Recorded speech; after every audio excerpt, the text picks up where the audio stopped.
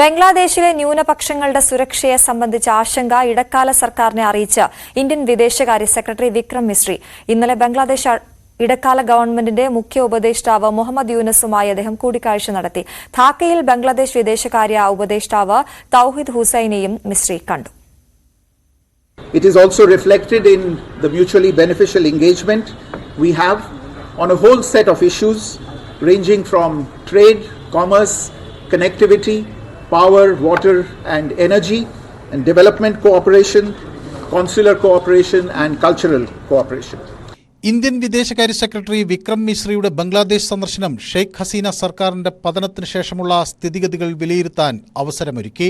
ബംഗ്ലാദേശ് ഗവൺമെന്റിന്റെ മുഖ്യ ഉപദേഷ്ടാവ് മുഹമ്മദ് യൂനസുമായും വിദേശകാര്യ ഉപദേഷ്ടാവ് തൗഹീദ് ഹുസൈനുമായുമുള്ള കൂടിക്കാഴ്ചയിൽ സമീപകാല സംഭവവികാസങ്ങൾ ചർച്ചയായി.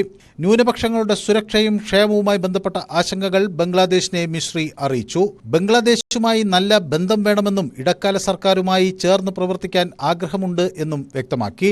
ഇത് പരസ്പരം പ്രയോജനം ചെയ്യും എന്നും അദ്ദേഹം ചൂണ്ടിക്കാട്ടി. നിലവിലെ പ്രതിസന്ധി മറികടക്കാൻ കഴിയുമെന്ന പ്രതീക്ഷ പ്രകടിപ്പിച്ച ഇന്ത്യൻ വിദേശകാര്യ സെക്രട്ടറി പരസ്പരമുള്ള ആശയവിനിമയം വളരെ പ്രധാനമാണ് എന്ന് അടിവരയിട്ടു. ഏകദിന സന്ദർശനത്തിനായി ഇന്ത്യൻ വ്യോമസേനയുടെ ജെറ്റിൽ ഢാക്കയിലെത്തിയ ശേഷം ബംഗ്ലാദേശ് വിദേശകാര്യ സെക്രട്ടറി മുഹമ്മദ് ജാഷിം ഉദ്ദീനുമായാണ് ആദ്യം കൂടിക്കാഴ്ച നടത്തിയത്. ഇരു രാജ്യങ്ങളും തമ്മിലുള്ള ബന്ധത്തെ സംബന്ധിച്ച് വിശദമായ ചർച്ച നടന്നു. ഓഗസ്റ്റ് 5-ന് ഹസീനയെ പുറത്താക്കിയ ശേഷം ഇതാദ്യമായാണ് ഒരു ഇന്ത്യൻ ഉദ്യോഗസ്ഥന്റെ ബംഗ്ലാദേശിലേക്കുള്ള ഉന്നതതല സന്ദർശനം.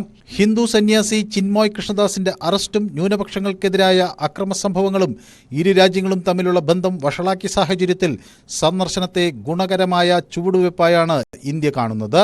News desk, news 18.